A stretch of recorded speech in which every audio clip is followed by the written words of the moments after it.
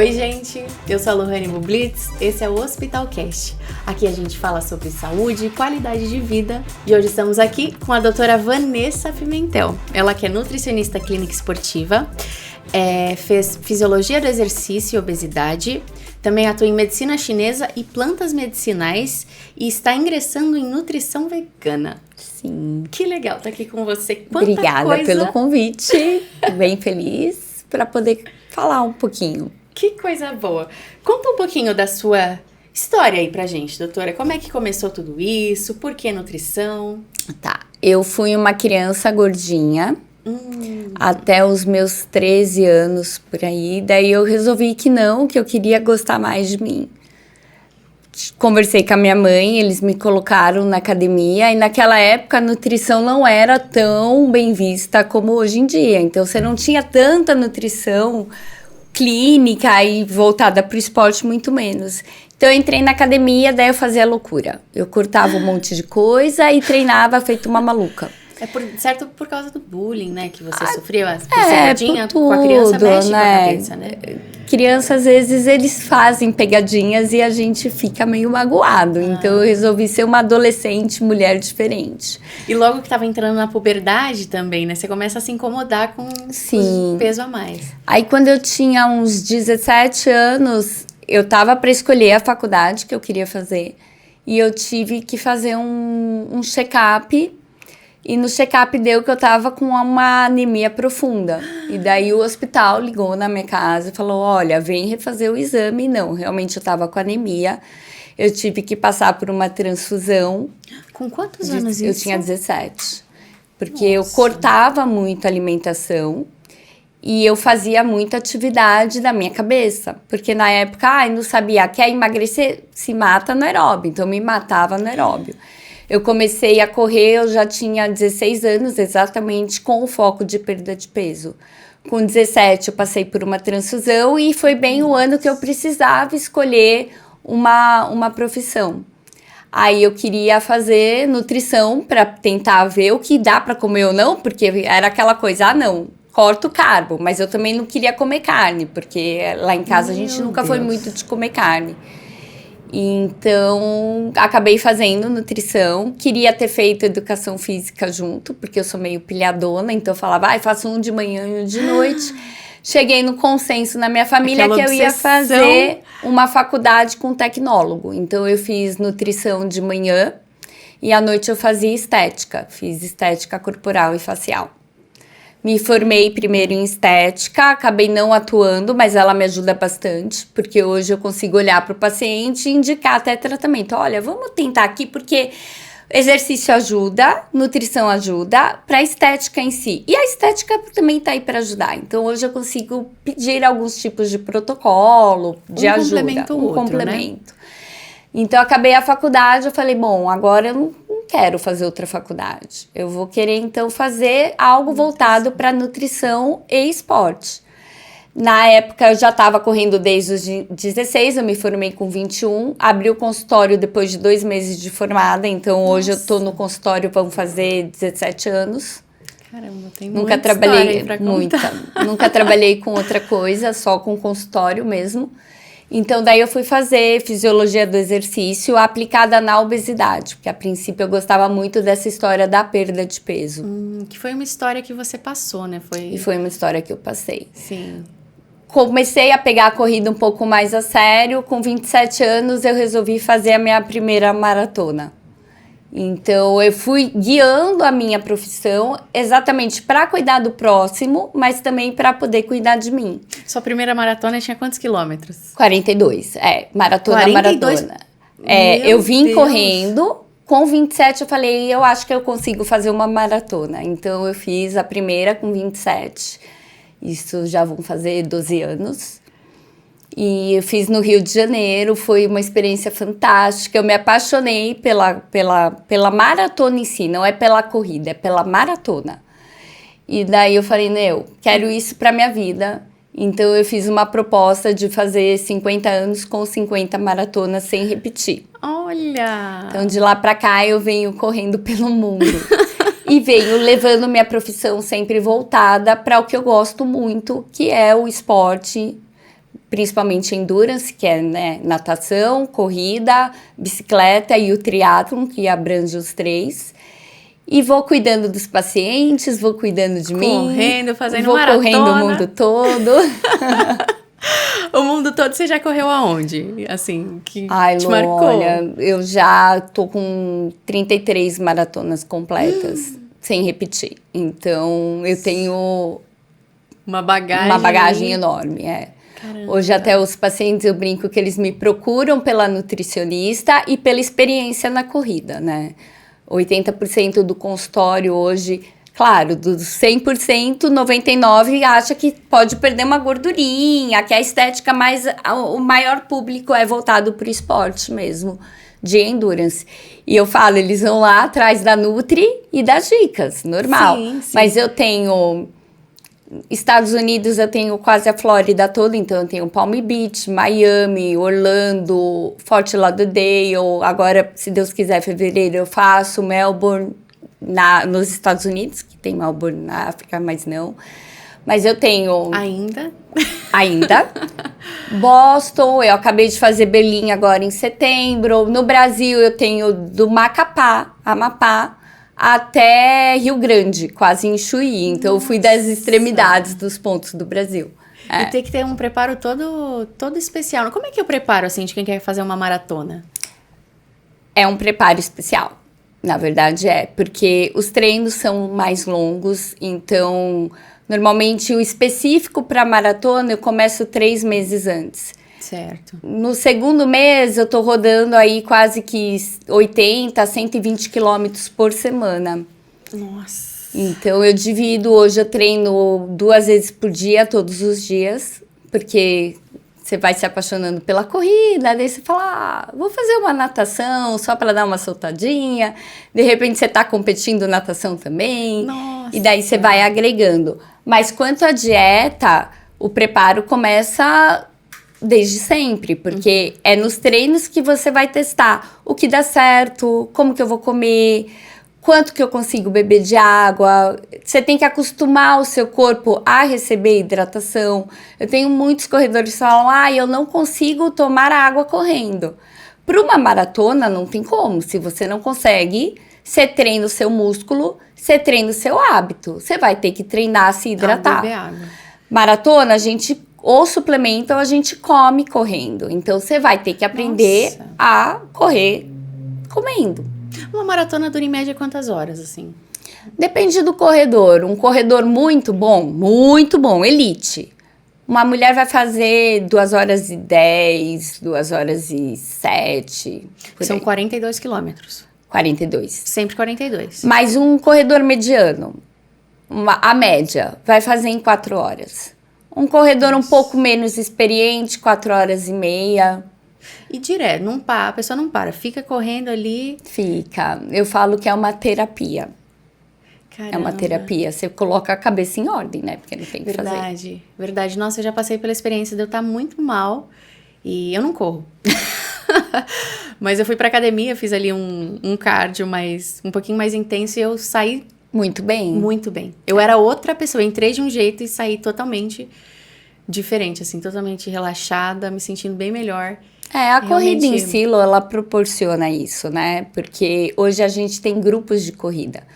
Então, existem pessoas que procuram pela corrida, pelo esporte, porque querem se superar, porque querem atingir o melhor pace. Pace é a velocidade que você corre. E tem pessoas que procuram a corrida porque querem conhecer outras pessoas, porque querem se divertir. Compartilhar do mesmo gosto, né? A questão de pertencimento. Eu pertenço a um grupo. Eu pertenço a um grupo de corrida, eu tenho colegas de corrida. E você realmente tem. Eu tenho amigos que eu fiz correndo. E você tá perto ali de pessoas que compartilham da mesma vontade que você. E um inspira o outro a querer ser sempre melhor, a se alimentar melhor. É isso. E dos mesmos hábitos, Lu. Não adianta. Corredor gosta de rotina, gosta de acordar cedo, quer comer direitinho. Rotina, né? Evita comer besteira no dia antes, porque sabe que no outro dia tem corrida, dá valor pro sono. Então, assim, você compartilha hábitos saudáveis. Eu falo que o que faz emagrecer a corrida, porque normalmente quem começa a correr é porque queria ficar um pouquinho mais magro, né? É exatamente a mudança de hábito, não é só a corrida. Você passa a se preocupar, dormir melhor, porque você sabe que se você não dormir bem, outro dia você não vai acordar bem. Você não vai querer beber, porque no outro dia você vai correr, você vai passar mal. Você se preocupa em comer certinho, em levar suas coisas. Então, eu saio para as minhas maratonas, eu levo praticamente toda a minha comida antes da prova. Eu saio daqui com uma lancheirinha. Ah, Vanessa, e se você vai fora do Brasil, não dá para levar comida fresca? Não, mas a gente tem como levar comidas despachadas, você tem comida, suplementação, hidratação, horário, regra, né? O esporte é regra. Só se mantém no esporte quem tem regra. Isso vira um prazer, é prazeroso para a pessoa, né? Às vezes a gente vem de fora e fala, nossa, mas a pessoa deixa de sair, deixa de comer, será que ela tá vivendo feliz? E tá, né? Realmente ela faz aquilo por prazer. Você tem que mudar a chavinha. Na hora que a atividade faz você mudar a chavinha, você nem sempre vai acordar falando, nossa, que vontade que eu tô de comer saudável e de treinar. Não vai acontecer. Ninguém acorda motivado todo dia. Porém, você sabe que você vai e que depois você vai se sentir melhor. Você sabe que você vai comer melhor e você vai render mais. E daí isso passa a participar da tua vida. Hoje a atividade física, para mim, para a maioria das pessoas que frequentam o consultório, não é mais uma opção. Torna-se uma obrigação como escovar o dente. Sabe aquela coisa? Se eu não escovar o dente, eu não consigo dormir. Porque fica, ai meu Deus, eu deveria ter escovado o dente. Não vai, eu vou ter cárie. Não, eu vou levantar, eu tô com preguiça, mas eu preciso fazer a atividade. Na hora que você introduz isso como uma rotina diária, a tendência de você não fazer é muito menor. É verdade. Doutora, você citou a dieta. Como que a dieta ela influencia nos resultados aí de um maratonista, de um atleta? As pessoas têm um pouco de carbofobia hoje em dia, né? Então, hoje em dia não, né? Isso daí vem sempre carregado há um tempo de que, carboidrato. E o carboidrato para o corredor, ele é fundamental, porque é a nossa fonte de energia. Então, na hora que você começa a alinhar a dieta do corredor ou do praticante de atividade, ele vê que ele não precisa mais ter medo da comida, que introduzido de uma forma correta, ela é aliada, a pessoa acaba vendo melhora de rendimento. Por quê? Se ele come o carboidrato certinho antes de dormir, ele vai estocar glicogênio no outro dia, quando ele for tentar correr, porque normalmente as corridas são de manhã. Então, ele tem que ter essa reserva. A glicogênio é a reserva de carboidrato no nosso fígado e no nosso músculo, para que você consiga perdurar por mais tempo durante o exercício aeróbio. Então, você consegue fazer com que a pessoa mesmo avalie e fale, nossa, tô correndo tão bem. Nossa, eu não tô cansando tanto. Quem é que tá fazendo isso? É o carboidrato. E quanto à proteína? A proteína é fundamental, porque se eu tive um treino muito intenso, o que eu quero fazer é recuperar mais rápido, recuperar meu paciente mais rápido, para que o outro treino ele esteja intacto. Então, quem faz a recuperação? Proteína. Gordura tem a função dela? Alimentar? Tem também. Vitamina A, D, E e K são lipossolúveis. Elas precisam da gordura para ser absorvida. Se eu não tenho vitamina D na quantidade adequada, eu posso me machucar, eu posso ter uma fratura de ossos, eu posso ter problema metabólico, aumento de peso, letargia, queda de cabelo. Então, assim, todo nutriente tem um porquê. Não existe, nutriente muito ruim ou muito bom. É uma harmonia entre eles. Para isso, é uma harmonia entre os alimentos que eu vou escolher para me alimentar, porque quem me dá o nutriente adequadamente deveria ser a alimentação. É claro que nem sempre só alimentação, a gente tem que entrar com suplementação.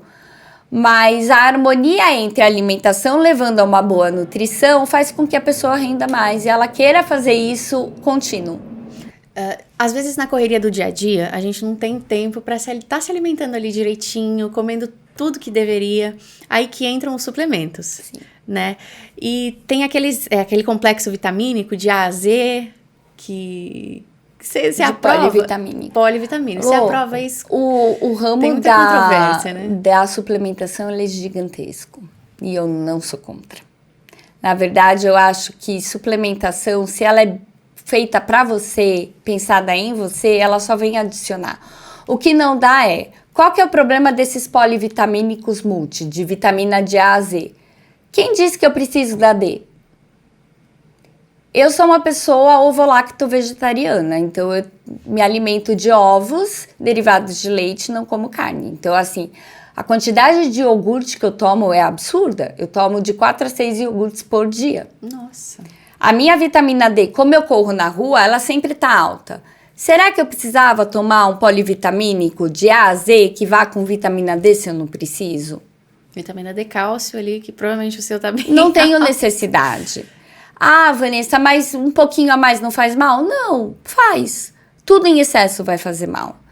Então, hoje, o que eu prezo? A gente faz exames, a gente vê o que a pessoa precisa e daí sim, em cima disso, a gente suplementa o que é necessário para ela. Porque comprimido em excesso vai fazer mal para o estômago, pode te dar refluxo ao longo do tempo, uma hipervitaminose desnecessária. Essa automanipulação de suplemento vitamínico nem sempre é necessária. Mas hoje a gente tem hipercalórico, hoje a gente tem hiperproteicos, hoje a gente tem creatina, arginina, betalanina, que dependendo da modalidade do treino é bom e dependendo da modalidade não é. Há um tempo atrás foi colocado na mídia sobre creatina. Isso que eu ia te falar. A creatina é bárbara? Ela é indicada para todo mundo? Nem sempre. Para quem que seria indicado? Ela é indicada para evitar a sarcopenia, ela é indicada para vegetariano. Vegetariano tem que tomar creatina, não é opção de escolha, faz parte do protocolo do vegetariano, porque a creatina ela vem do animal. Então, a gente, no alimentar, é só de fonte animal. Então, ele precisa suplementar a creatina. Ela tem os benefícios dela para hipertrofia, para recuperação muscular, para ganho de massa muscular, mas tem que dosar. O paciente tem algum problema renal? O paciente retém muito líquido? Ela faz reter mais líquido. Ela faz ter uma retenção intramuscular, mas uma pequena retenção extramuscular. Então, de repente, se a pessoa está com muito edema, eu não vou entrar com uma creatina agora. Eu vou primeiro tratar esse edema dela, que pode ser um quadro inflamatório, para depois eu pensar em suplementar a creatina. É dosá-lo, não tem uma receita única que dê certo para todo mundo. Até a água não é 2 litros para todos. A gente colocou como convencional tomar 2 litros, porque foi isso passado. Por quê? Porque tudo que é calculado, normalmente é calculado pensando-se no sexo masculino para um homem de 70 quilos. A média geral. A quantidade correta de água a ser tomada é seu peso vezes 30 ml a 40 ml. Se eu sou uma pessoa de 100 quilos, 3 litros para mim é o adequado. Se eu sou uma pessoa de 50 quilos, que é meu caso, 1,5 litro basta. Já seria adequado. Se eu tomar 3, pode ser que eu não consiga me alimentar, porque eu tô tomando o dobro do que eu deveria. Então, se até a água não tem um padrão fixo para todo mundo igual, você imagina suplemento. Mas a suplementação, ela é muito bacana, porque hoje em dia a gente corre muito. Às vezes eu não consigo me alimentar. Não me nutrir é um absurdo. Então, para não deixar de me nutrir, eu posso usar um suplemento. Eu posso usar um plano B. Eu brinco que suplemento às vezes é igual corrida. Eu posso correr descalça e eu posso correr com tênis. Em ambos os casos, eu vou chegar no mesmo local. Só que no caso do descalço, eu vou chegar um pouco mais lento e eu corro risco maior de me machucar. Com o tênis, eu vou chegar um pouco mais rápido, ou melhor, bem mais rápido, e eu vou me machucar um pouco menos. O suplemento é igual. Se ele é bem aplicado, ele vai te fazer render melhor, chegar mais rápido no seu objetivo e com mais saúde no seu objetivo. Então, ele tá aí, ele existe e ele é super bacana desde que bem empregado. E quando a gente, por exemplo, não consegue, nossa, correria dia a dia, tá trabalhando, faz uma coisa, faz outra, esquece de tomar água. Acho que isso acontece com muita gente. Comigo também. Tem aí alguma dica? Colocar celular para despertar, comprar Hoje garrafinha? tem os aplicativos que eles vão te avisando, tá na hora de tomar água. Ai, menina, Mas eu acho que a melhor estratégia é deixar a água na sua vista. Você tentou fazer também? Eu tentei fazer com o aplicativo, aí chegava a notificação, falei, ai, que notificação chata, e tirar, e não tomava água. Aí eu desinstalei o aplicativo, fiquei toda hora, tomar água. Eu falei, gente, chega de água. São estratégias. Então, eu tenho um paciente que eu falo, olha, acorda, a primeira coisa que você vai fazer é tomar um copo d'água. Aí, você tem o lanchinho da manhã, primeiro o copo d'água, depois o lanchinho. Vou sair para almoçar, antes de sair do seu escritório, consultório, do trabalho, toma um copo d'água e vai pro almoço. Porque daí você já tá encaixando. Essa é uma estratégia. Qual que é a estratégia que eu coloquei pra mim? Eu me dei uma garrafa linda, maravilhosa, dessas garrafas cheias de frufru, que ela fica lá na minha mesa com marcações. Ótimo. E daí eu olho pra garrafa e falo, tá na hora de tomar água. E às vezes a gente não tá com vontade, né? Mas você se força, porque na verdade, o fato de você ter sede já é um indicativo que tá faltando. Então, o certo é você beber sem ter sede. Mas quem faz isso? É correria. E daí, esse é um limitante muito grande no consultório, porque eu tenho muitas pessoas que hoje trabalham na rua. E daí falam, ai, Vanessa, mas eu tomo água, eu quero fazer xixi o tempo todo. Não tem o que fazer, tem que tomar água. Tem que se hidratar. Ainda pega um clima como hoje, super quente, a gente lembra até de tomar. Mas no frio, se bobear, a gente não lembra de tomar. Toma 1 litro e olhe lá por dia, né? E quando toma, ainda concorre com a desidratação causada pelo excesso do café, pelo excesso do chazinho, de mate, chá verde, que são diuréticos. Então, de novo, é tudo você se policiar para virar um hábito. Porque depois que vira um hábito, fica mais fácil de você manter. É mudar a chavinha pro hábito, como atividade física, como comer bem, como comer salada. Ai, eu não gosto de salada, insiste. Faz diferente, uma hora vai virar automático. Um hábito que você sente falta de não ter. É igual banho. É verdade. Se eu sempre tomo banho à noite quando eu chego, o dia que eu não tomar, eu vou deitar na cama, aquilo vai ficar, ai, na sua precisava cabeça. De um banho. Você levanta da cama e vai tomar banho. Pode estar com sono que for, verdade. Pode estar frio, pode estar com sono. E a questão da água? Por exemplo, acho que é uma dúvida muito comum. A gente sabe que os alimentos, eles têm as frutas, elas têm água, né? E dependendo, você come um feijão, ele, de certa forma, tem um líquido ali, né? Por exemplo, 1,5 litro que eu preciso tomar. Eu peso 50 quilos, preciso tomar 1,5 litro. Contabiliza só da aguinha aqui transparente ou de tudo que eu ingeri? Esse peso vezes 30 é da aguinha mesmo. Só aguinha sem nada, aqui é a transparente. O que eu brinco no consultório se eu tiver com o chão sujo e limpar com chá, vai sujar ou vai limpar? Vai sujar mais. O que vai limpar? Só água pura. O organismo é igual. Não é que a hidratação da fruta não seja especial, mas número 1, hoje em dia a gente come muito pouco comida in natura. Comida mesmo. Pegar uma fruta e comer uma fruta para ter o caldo dela. As pessoas cortaram muito feijão. Eu tenho um ou outro paciente, quanto mais novo, menos feijão come. Nossa, eu amo feijão. Porque as pessoas perderam o hábito por acharem que ele não é bom. Na verdade, as pessoas têm medo de comer arroz com feijão. Medo de comer arroz com feijão? A maioria acha que arroz e feijão vai engordar. E daí começam a fazerem cortes. Então, essa hidratação que viria da alimentação, ela já não vem ocorrendo porque a gente não come coisas in natura. E mesmo assim, fornece um pouco do hídrico? Fornece. É satisfatório? Não. Vai te ajudar totalmente no metabolismo? Também não. Para você ter noção, esse 30 ml vezes seu peso como hidratação em água, essa água que você tomou é extra atividade física.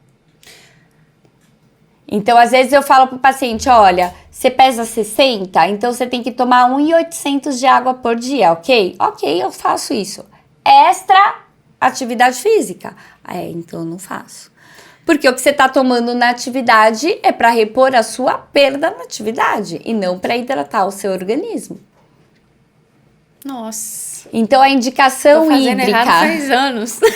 É normal. Eu também demorei para aprender. A indicação hídrica na atividade física é o quê? De 150 a 200 ml de água ou de isotônico, depende da modalidade que você está fazendo e a função que você está fazendo do exercício, a cada 20 minutos. Então, 150 ml para cada 20 minutos de treino. Vai dar mais ou menos 500 ml por hora. Se eu treinei 1 hora e tomei 500 ml, eu tenho que tomar os 500 da atividade mais 1.500 que é pro meu peso. Já deu 2.000. Nossa. Doutora, a gente falou de creatina, falou aí dessas dietas. Tá se falando muito agora em jejum intermitente. Sim. Né? Vejo muita gente fazendo sem uma prescrição médica ali, ver algum blog falando sobre, vou fazer isso aqui. Às vezes sem nem saber se pode ou não.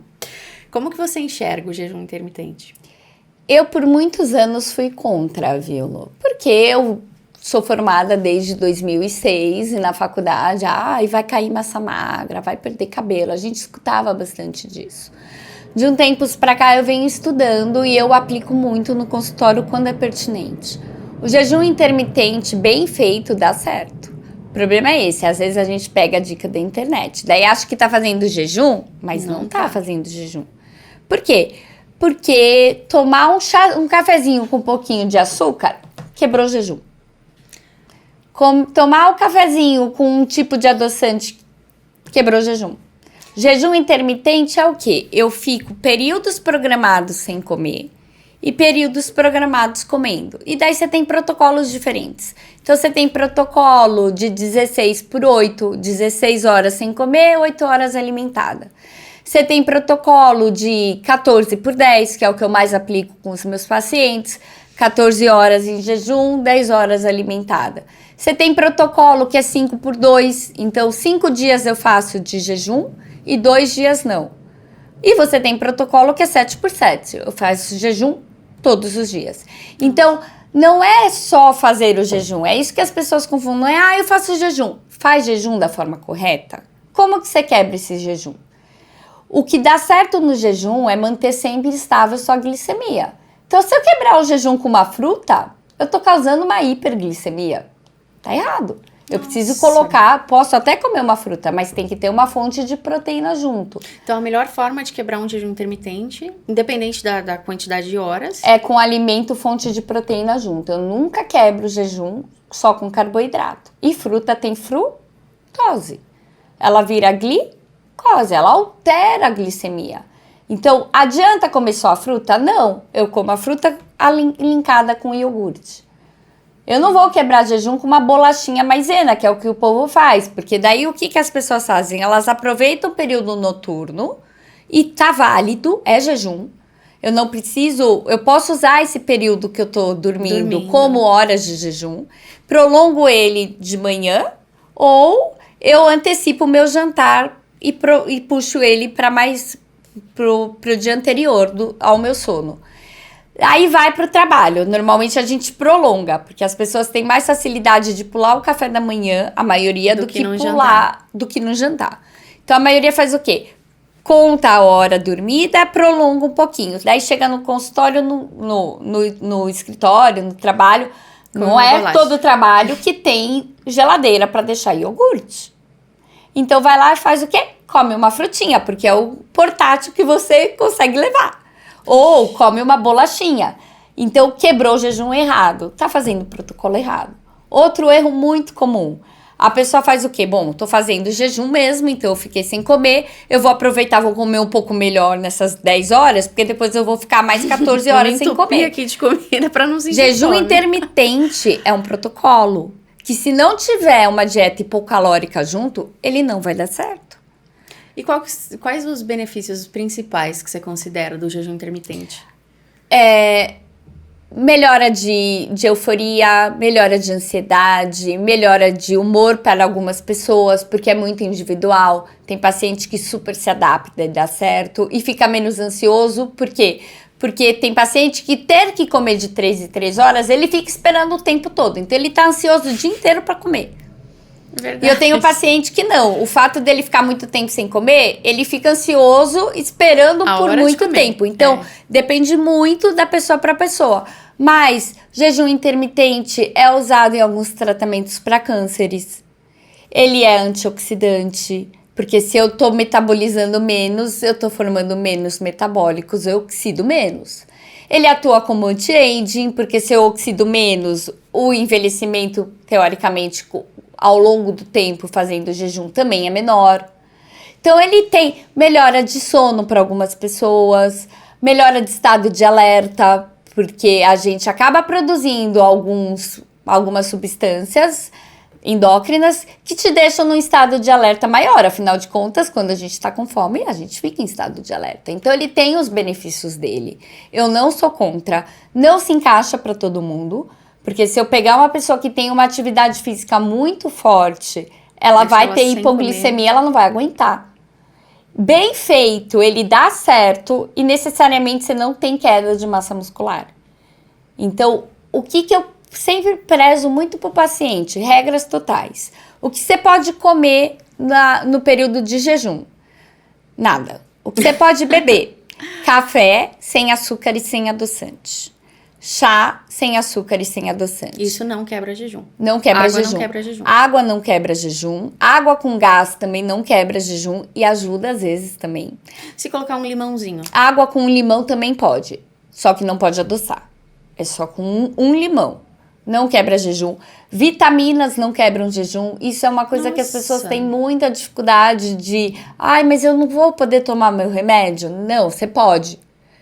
Vitamina, remédio para tiroidite, não vão quebrar jejum, você pode manter.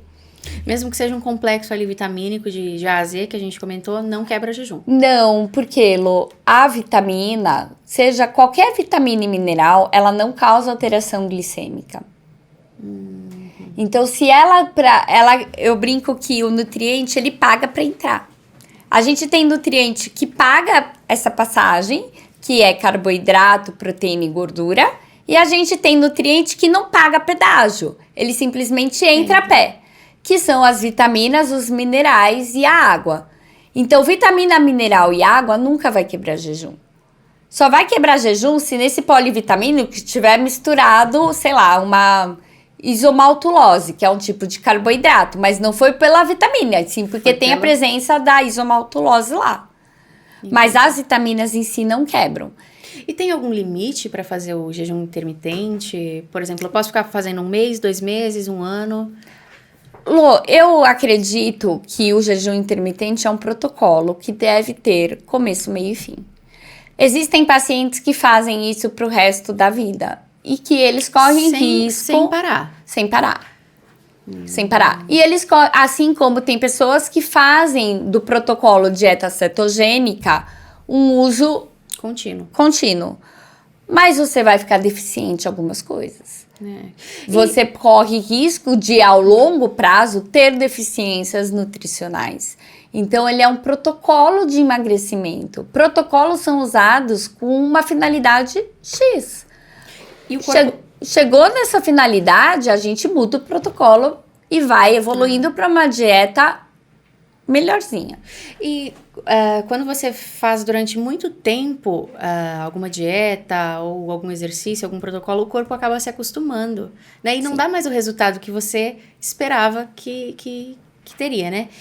Então, eu imagino que com o jejum intermitente seja assim também. Você emagrece até um certo momento. Depois, seu corpo vai se acostumar com aquele jejum e vai dar um break, né? É que nesse período alimentado, então jejum de 14 por 10. 14 eu não como, 10 eu como. Nesse período alimentado de 10 horas, você consegue fazer modificações na dieta que vão fazer com que o teu corpo não se acostume com a dieta, mas você consegue manter o jejum. Então, vamos lá. De repente, eu vou fazer o jejum intermitente por 6 meses, porque eu preciso perder muito peso e 6 meses é o tempo que vai durar. Se eu ficar esses 6 meses com a mesma dieta, uma hora o corpo vai se adaptar e ele vai parar de me dar resultado que eu quero, que é a perda de peso, por exemplo. E aí tem que mudar. Mas eu posso, de repente, nessas 10 horas alimentada, fazer um intervalo entre refeição de 4 horas e não de 3.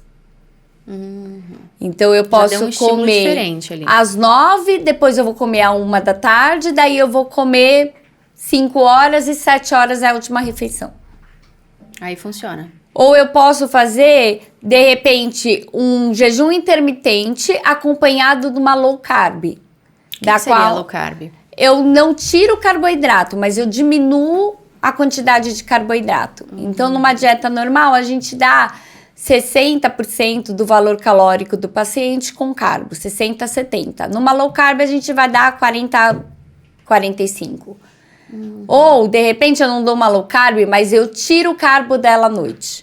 Então, dentro desse horário alimentar, a gente consegue modificar a dieta para não ter que parar o jejum e o corpo não se adaptar ao mesmo tempo. Eu brinco que é como se fosse um jogo, Lu. Eu me sinto jogadora, mudando sabe? As peças. Você vai mudando as peças e vai falar, bom, agora isso vai dar certo. É igual dieta verão e inverno. O que se come no verão muda totalmente o que se come no inverno. A gente tem tendência a comer muito melhor no verão, né? No verão a gente bebe mais água, a gente quer comer folha, a gente come fruta, a gente come menos. Come menos porque tá muito calor, você fica meio inapetente. Come menos porque a comida não é chorosa. Você sabe que eu morava na praia e tinha um amigo meu que ele era surfista. E ele era uma pessoa no inverno e outra pessoa no verão.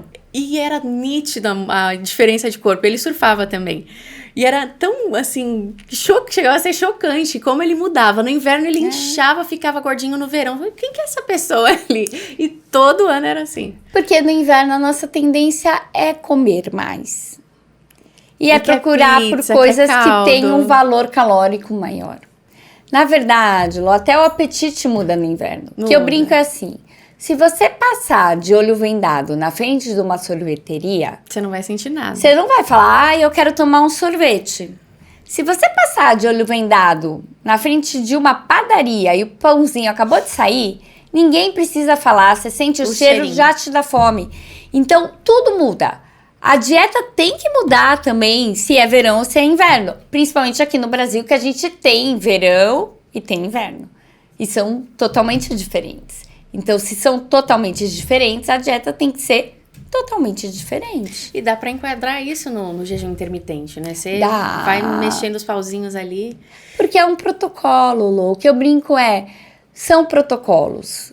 E os protocolos dão certo para um e não dão certo para outros. Mas é um protocolo. Não deu certo o jejum intermitente, a gente tenta outro. E faz outro.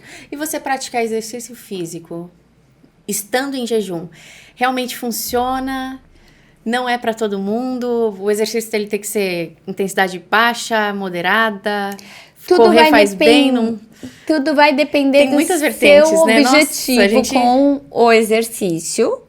E o seu objetivo com o processo que você está querendo. Então, se eu sou uma pessoa que eu quero hipertrofia, não vá fazer exercício de jejum. Por quê? A musculação, a energia dela primordial vem do carbo. Se eu faço jejum e vou fazer exercício totalmente em jejum, 3 horas não é jejum, tá? 3 horas é um horário bom. Eu almocei e treino depois de 3 horas, você não tá em jejum.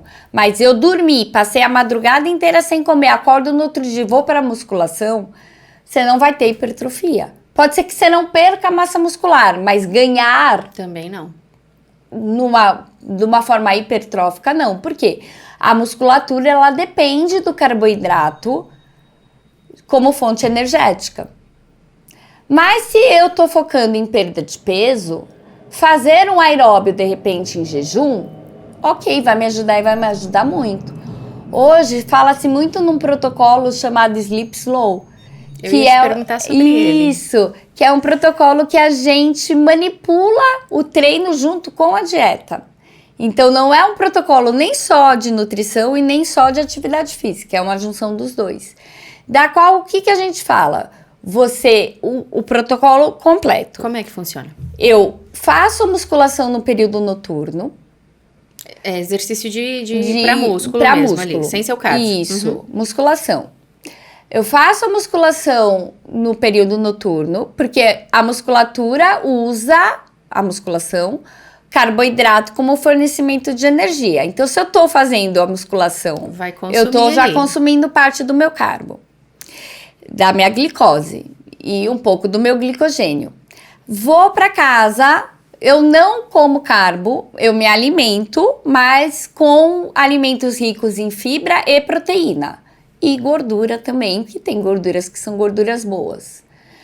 Vou dormir, então eu já estava com a minha glicose baixa por causa da minha musculação, eu não repus com a dieta, eu vou dormir. No sono, a gente usa glicogênio, que é aquela reserva de estoque de carboidrato no músculo e no fígado. No outro dia, quando acordar, eu vou fazer exercício aeróbio em jejum. Porque daí, esse aeróbio, o exercício aeróbio, ele precisa de oxigênio. E o oxigênio ajuda você na queima de gordura como fornecimento de energia. Então, daí eu faço exercício aeróbio, estando em jejum, para poder começar essa queima de gordura como fornecimento energética mais rápida. Quanto, Vanessa? Normalmente, de 30 a 40 minutos de exercício aeróbio moderado. O que seria o moderado?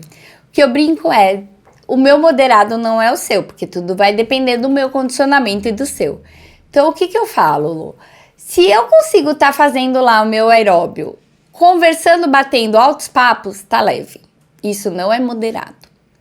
Se eu consigo, tô fazendo o meu exercício, que eu não consigo nem responder a pergunta que a pessoa que tá do meu lado tá fazendo, tá muito forte. O moderado é aquele que você consegue trocar pequenas frases, mas completar essa pequena frase. Então vamos lá.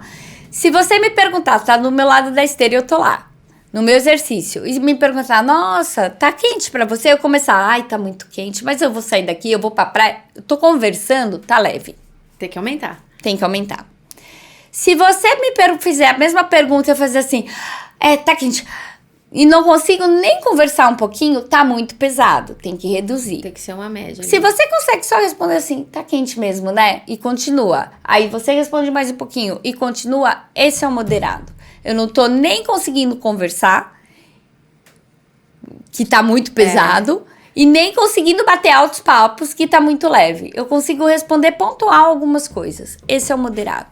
E esse é o ideal para queima de gordura. Para queima de gordura nesse protocolo de Sleep Slow. Qual que queima mais? É você caminhar ali numa velocidade de moderada a baixa ou fazer uma corrida bem intensa? O que queima mais gordura?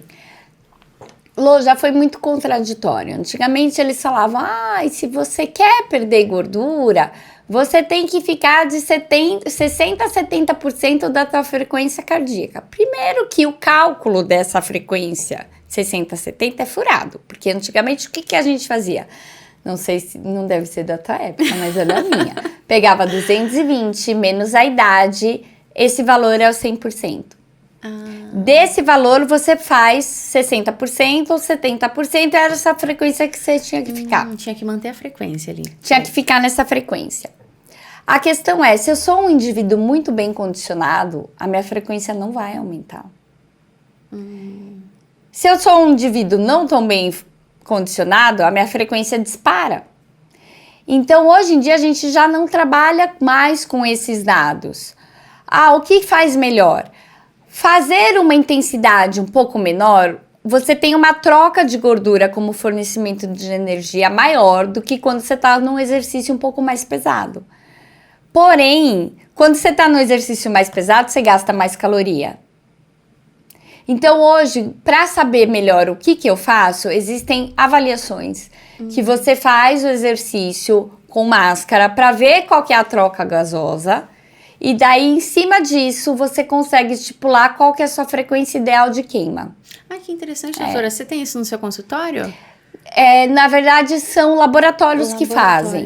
Ou o próprio educador físico, ele consegue fazer avaliações de corrida ou em cima de bicicleta e seguindo a tua frequência cardíaca, ele vai fazer os cálculos e consegue decidir a melhor frequência para você que você tem que manter ou não. Uhum. E qual que é o limiar de queima individual para cada um, assim como dieta. Sim. E pode ser perigoso uma pessoa despreparada e tentar fazer uma corrida, perigoso, sei lá, ter um infarto, pode acontecer isso? Com certeza. A gente não aconselha fazer nenhum tipo de esporte, seja corrida, natação, musculação, sem antes procurar um médico que possa te analisar e falar, olha, isso para você pode, isso para você não pode. Porque, de repente, o exercício é leve para mim, mas não é leve para uma senhorinha. De repente, mas Pilates é bom para todo mundo. E se eu tiver um problema de coluna e eu não souber fazer? Eu não posso agravar? Então, independente da modalidade da idade, o recomendado é procure um especialista para te encaminhar da melhor forma. Eu vi um caso na internet de uma moça que ela nunca tinha feito... como que é o nome daquela... spin?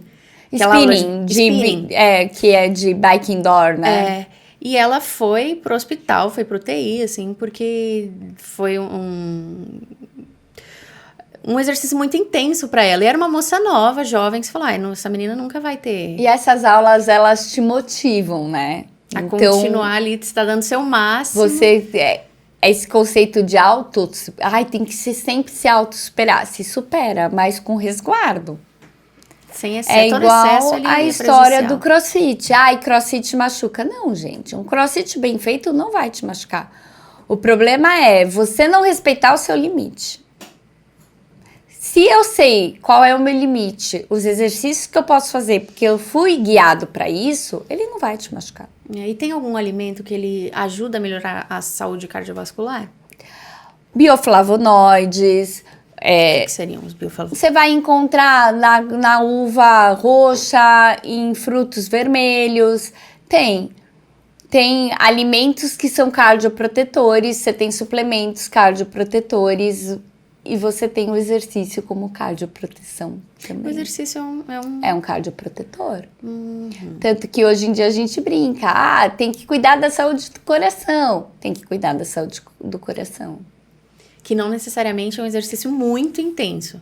Não necessariamente é um exercício muito intenso. Mas, de novo, Lô, muito intenso para quem? Qual que é a régua do muito intenso?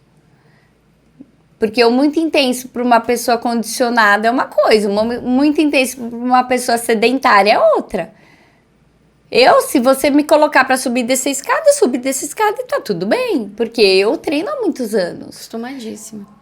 Mas se você me colocar para fazer um exercício de musculação forte, eu vou quebrar, porque eu não tô adaptada a isso.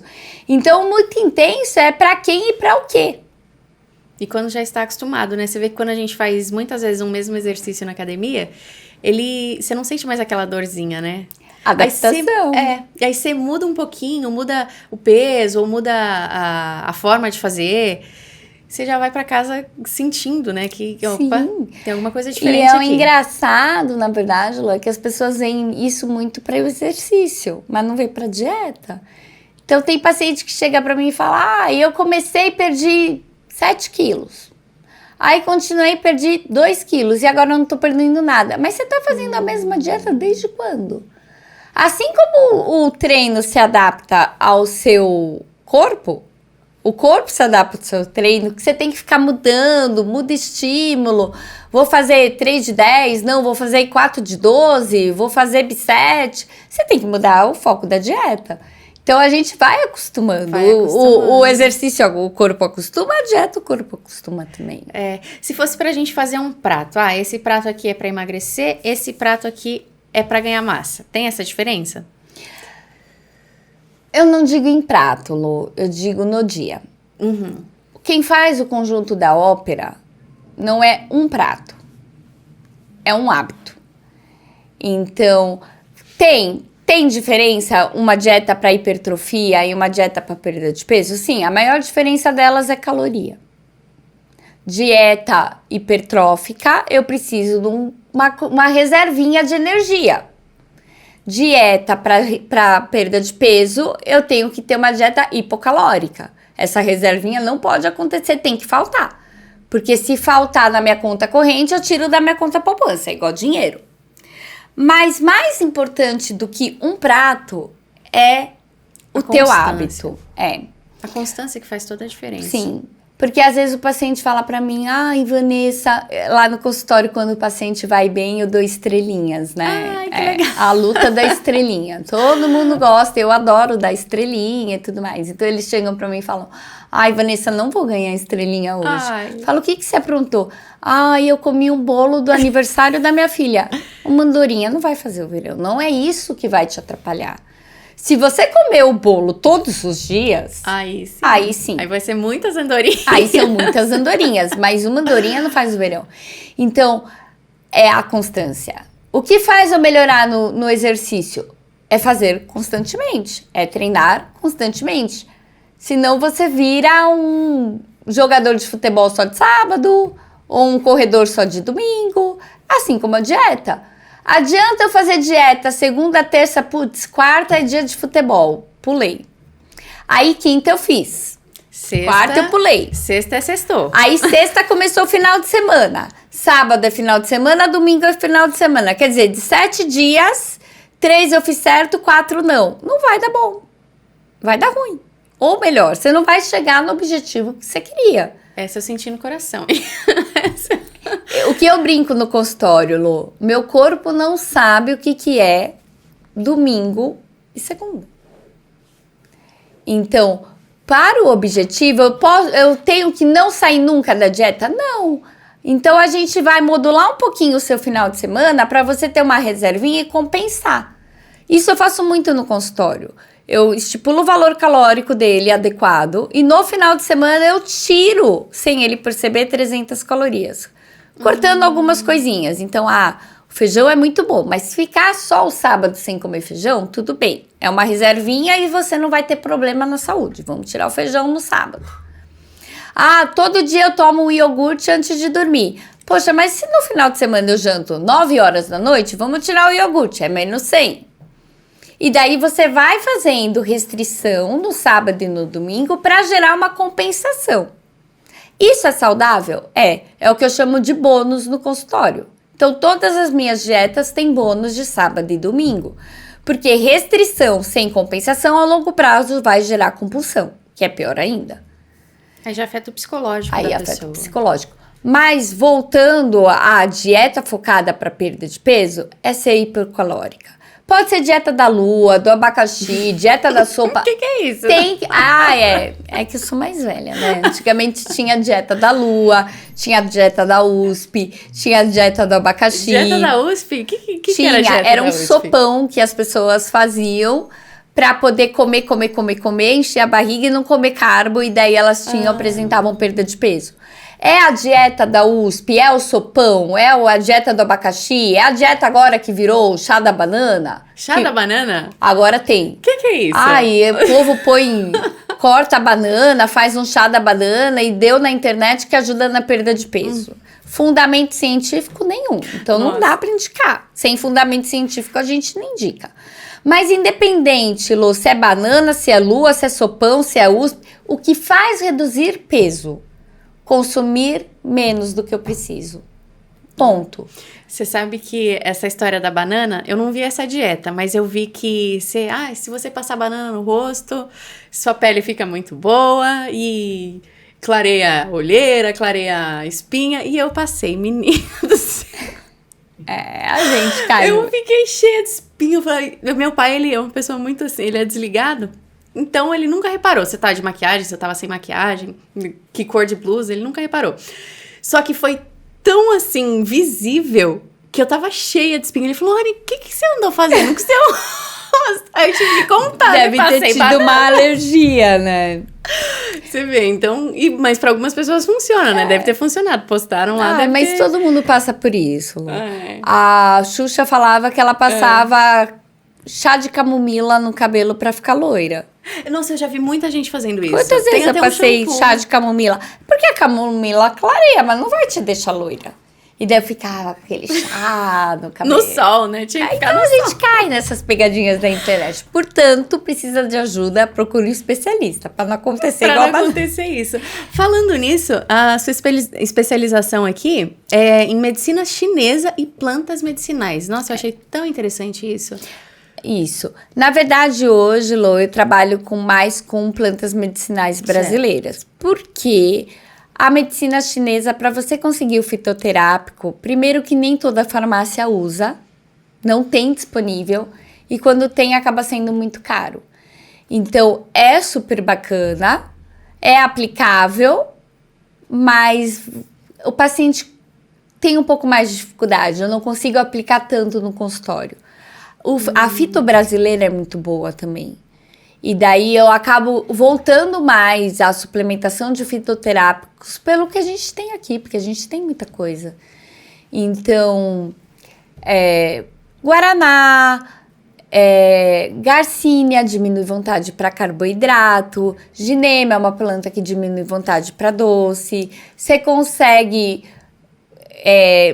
perguntando de saúde cardiovascular, com a camélia que tem no chá verde. Então, hoje em dia, eu uso mais a medicina tradicional brasileira mesmo. Nossa, isso é muito interessante, porque ao invés de você recorrer ali a remédios, às vezes você recorre pro natural, pra plantinha, pro chazinho. E tem resultado mesmo? Tem muitos. E tem muitas plantas que formam remédio. Então, por exemplo, não é para usar sempre, pelo amor de Deus, mas sene é uma planta. O que seria o sene? Sene é uma planta que é usada por laxantes vendidos em farmácia. Então, será que eu preciso tomar um concentrado de sene que vem numa cápsula? Ou eu posso fazer, quando eu tô muito constipada, um chazinho de sene? Cascara sagrada é uma planta, é uma casca, na verdade. Você tem para diurese, cavalinha, você consegue fazer chá de cavalinha. Você não precisa só manipular, você consegue usar os chás. E a gama do chá é enorme, desde que você saiba fazer o chá certo.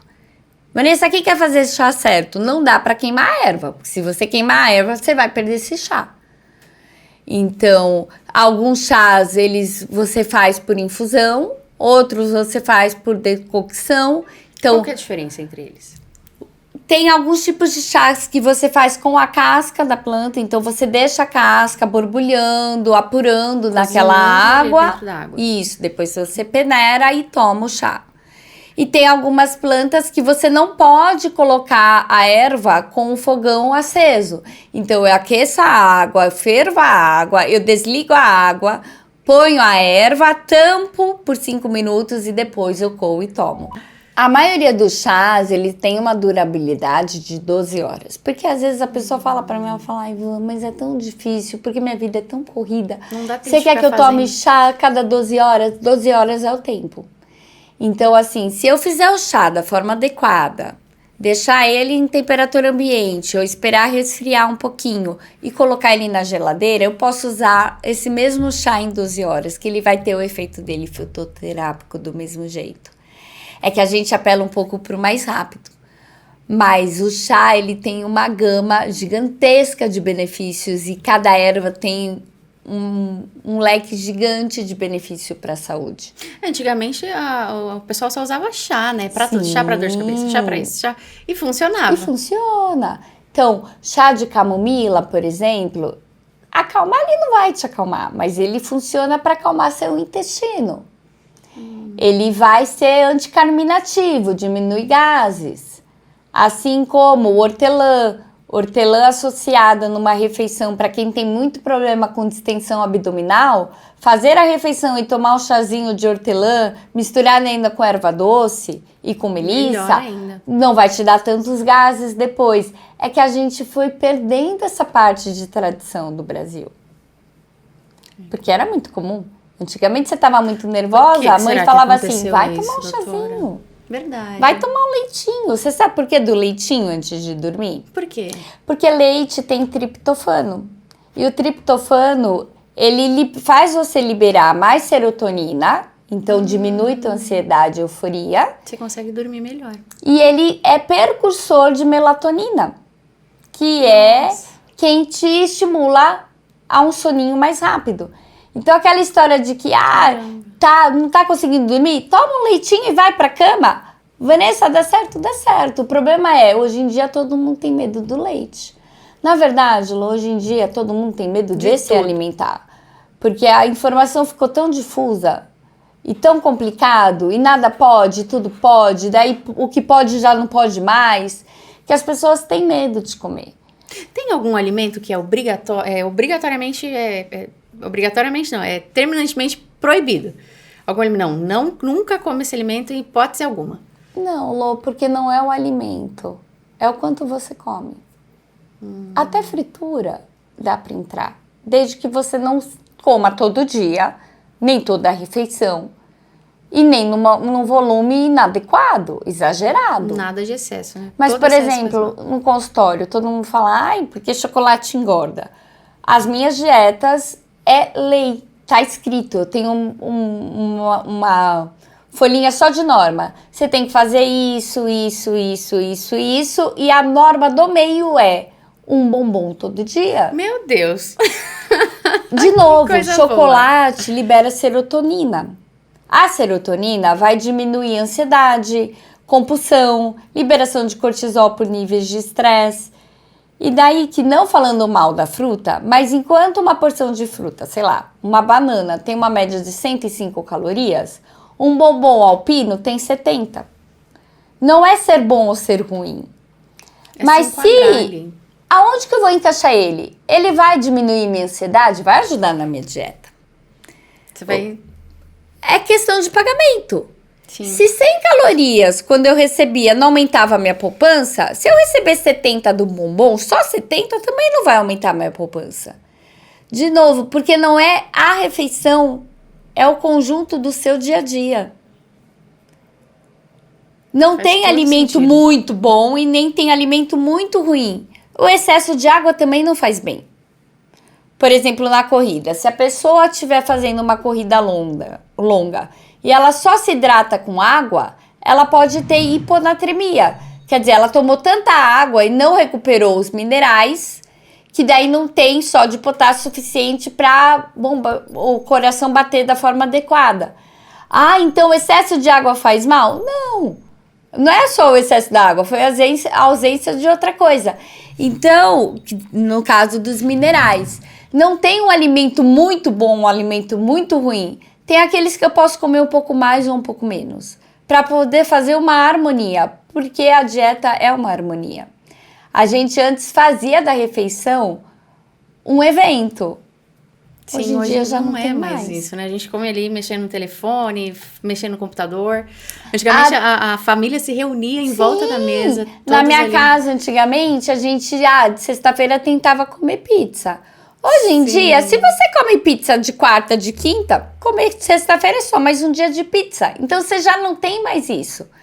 Antigamente, a gente fazia o quê? Durante a semana, todo mundo comia direitinho e era comida. Sim. Final de semana, a gente tirava... Normalmente, era, né? Pizza na sexta, aí no domingo, uma macarronada, e no sábado, alguma coisinha mais, um lanchinho, um fast food da vida. Mas começava na sexta-noite e acabava no domingo, no almoço. E dia de semana, sem regrado. Hoje em dia, eu cheguei tarde, vou chamar uma pizza. Um iFood. iFood. Hoje tá calor, vamos, sei lá, no japonês. Não é um prato no japonês, é o rodízio japonês. Então, assim, o que era comemorativo já não é mais comemorativo, porque faz todo dia, já não tem mais um sentido de comemoração. Mas você sabe que a questão do iFood é uma coisa de disciplina mesmo, como tudo, né? Tem vezes que eu abro e falo, não, hoje eu vou pedir um lanche com Coca-Cola. E aí eu vou depois, não, pra que eu vou fazer isso? Eu vou pedir uma salada aqui. Não tô cansada pra cozinhar, vou pedir uma salada. Por que não? E já pedi várias vezes. Eu abri o aplicativo pra pedir uma besteirinha ali, numa, sei lá, terça, quarta-feira. Eu falei, não, vou pedir uma saladinha, uma comida árabe, alguma coisinha bem tranquila, assim. Tudo é questão de escolhas. Assim como nem toda salada é uma boa escolha. Como assim, doutor?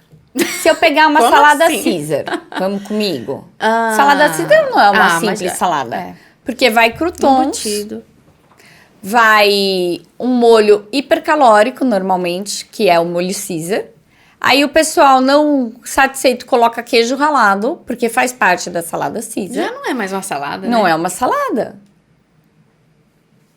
Enquanto uma saladinha Caesar vai te dar carboidrato, muito mais proteína, porque tem o frango e o queijo, o carboidrato veio do croutons, ela te dá muita gordura, porque queijo ralado tem muita gordura. E não vai O satisfazer molho sua tem muita vontade de gordura. comer besteira, né? Pois é, só que você sai com aquela sensação de, tudo bem se eu comer mais um pouquinho aqui. Eu só comi uma salada. Não, você comeu uma salada que vale uma bomba calórica. Então, mesmo assim, Lô, é questão de escolha. Qual que é a maior dica que eu dou? Procure pelo menos uma vez na vida uma nutricionista, mas que ela não te dê um cardápio, que ela te faça uma educação nutricional. Porque a gente tem a sensação que sabe comer.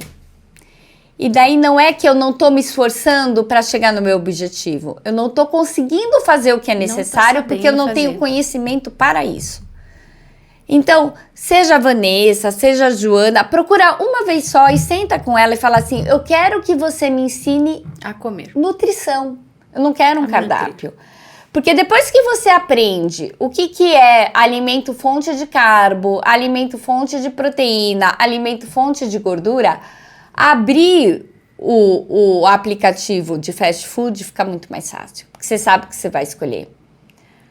Viajar para os Estados Unidos não vai ser mais um tormento, porque o povo fala, vou para os Estados Unidos, não quero comer. Gente, você chega no mercado, você compra uns pacotes de alface desse tamanho, limpa, cortadinha, como que não tem o que comer? Parque dos Estados Unidos tem fruta, tem maçã, tem laranja. Aqui no Brasil, não. Então, assim, comer, né? é saber o que comer. Para isso, procura um profissional que te ensine. E que não só mande. Porque seguir cardápio é muito fácil. Aprender a escolher para o resto da tua vida é só aprendendo a comer. E é uma questão de escolha mesmo. Sim, né? é uma questão de escolha. Doutora, a gente teria assunto aí para mais 3 horas. Falo pouco, né?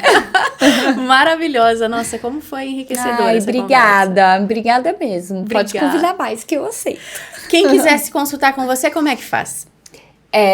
Hoje é no número do consultório, Tá. que é 3422-7864. Ou pode me conhecer pelo Instagram, porque eu tenho muito paciente que vem por lá. Pelo Instagram. Que é Van Pimentel Nutri. Lá você dá dicas, posta resultados. Eu tento. Olha, que bacana. Postar resultados não, porque pelo CRM a gente não pode, né? Como eu sou bem chata com essa coisa, lei é lei, norma é norma, vamos seguir. Tá certo. Mas eu dou bastante dica, eu mostro bastante da minha vida aí de correria, tentar conciliar consultório junto com natação, junto com corrida, junto com família. O meu Instagram profissional é o mesmo que o pessoal. Misturado. É misturado, Tem gente que porque diz que não pode fazer isso, eu né? entro Não na mistura. vida da paciente, eu permito que ele entre na minha também. Que coisa maravilhosa. Que prazer conversar com Obrigada, você, viu, Lô? Obrigada. Muito obrigada. Pessoal, eu espero que vocês tenham gostado. Gostou desse vídeo? Curte, compartilha e se inscreve aqui no canal. Até a próxima!